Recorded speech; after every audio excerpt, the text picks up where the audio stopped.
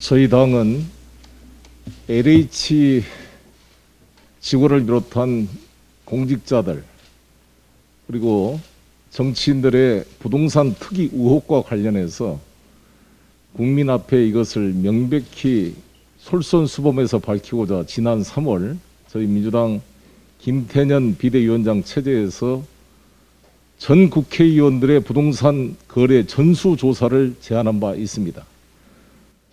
하급 공직자를 비롯한 공공기관의 부동산 투기를 감시하고 철저한 조사를 촉구하는 국회의원 스스로의 모범을 보여야 된다는 필요성 때문이었습니다. 야당은 반대했습니다. 국민의힘은 국민권익위원회 위원장이 전현희 위원장이 민주당 출신이라는 이유로 이를 거부하고 감사원에 조사를 맡기겠다고 했습니다. 그러나 감사원법 제24조 3항에 따르면 입법부나 사법부 공무원은 감사원의 감찰 대상이 되지 않습니다. 그 이유는 삼권 분립의 원칙상 행정부 소속 감사원이 입법부나 사법부의 공무원을 감찰한다는 것은 헌법에 위반되기 때문에 그렇습니다. 국민의힘이 이 사실을 모르지 않을 텐데 감사원에 감사를 청구한다는 것은 사실상 전수조사를 하지 않겠다는 것으로 의심될 수 있습니다. 저희 민주당은 솔선수범해서 전수조사를 맡겼고 그동안 7년 동안 전 직계 좀비 속 부동산 거래를 전부 조사하도록 협조했습니다. 그러나 아쉽게도 국민권익위원회 12명의 우리 당 의원에 대한 수사기관 이첩 결과를 받아보고 여러 가지로 부실한 점도 있었습니다. 저희들이 스스로 소명을 받아 이것을 정리하고 싶은 생각도 있었지만 국민들께서 이 정치권에 대한 불신이 크기 때문에 우리는 스스로 결단을 내렸습니다. 12명 의원 여러분께 탈당 권유하는 조치를 내렸습니다. 이것은 우리가 이 12명 의원에 대해서 문제가 있다고 혐의가 있다고 해서 징계 결정을 한 것이 아닙니다.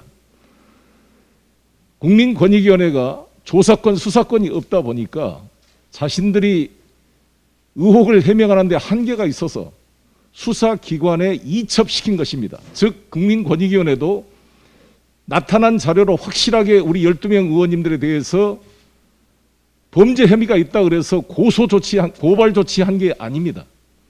국민권익위는 고발 조치와 이첩, 송부, 무혐의 4가지 결정이 있는데 자신들이 가지고 있는 조사권의 한계로 완벽히 의혹이 해명되지 않으므로 수사기관에서 처리해 주실 것을 이첩한 겁니다. 그래서 저희들은 우리 당 의원들께서 수사본부 특수본에 가서 확실하게 해명 소명자를 제출해서 깨끗하게 무혐의 처분을 받고 돌아와 주실 것을 부탁을 드렸습니다. 이것은 우리 국민들이 우리 민주당이 지금까지 보여줬던 내로남불과 부동산 문제에 대한 불신을 해소하기 위한 불가피한 조치였다는 말씀을 드리겠습니다. 우리 스스로가 집권당 예표를 벗고 국민과 동일한 입장에서 수사기관에 가서 자신의 소명자를 제출해서 의혹을 해명하고 돌아와 주실 것을 바랍니다. 저희 당은 당규상 당의 요청으로 탈당해서 복당하는 경우는 어떠한 불이익도 없이 불이익이 되지 않는다는 점을 다시 한번 말씀드리겠습니다. 이 과정을 통해 국민들께서 이 해명과 소명의 과정을 대해서 이해하고 신뢰해 주실 것이라고 생각을 합니다. 다시 한번 마음 아픈 일들이 많지만 우리 민주당이 새롭게 변화하기 위한 고육지책의 결단이었다는 말씀을 드리겠습니다. 동시에 더불어서 국민의힘 의원님들께서 지난번 세종시 특별공급 물량 관련돼서 관세청이었던 게 그때 관세평가원, 관평원 직원들의 문제에서 국정조사까지 요청하시기도 했습니다. 그래서 저희 국민들이나 저희 당 입장에서는 국민의힘 제1야당 의원님들도 전수조사를 받으십시오. 이렇게 요청을 다시 한번 드립니다.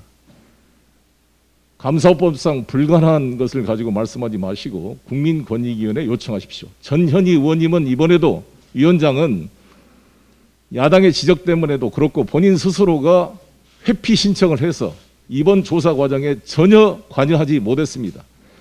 야당에서 추천한 조사위원들이 포함된 조사단이 철저하게 조사를 해서 이 명단을 저에게 통보했다는 말씀을 드리겠습니다. 11일 날 국민의힘 전당대회가 개최됩니다. 5명 후보님들께 공식으로 요청드립니다. 마지막 TV 토론이 있으실 텐데 당대표가 되신다면 부동산 소속 의원들의 7년간 거래 내역에 대한 전수조사를 할 것인지 말 것인지 입장을 밝혀줄 것을 민주당의 대표로서 공식 요청드리는 바입니다.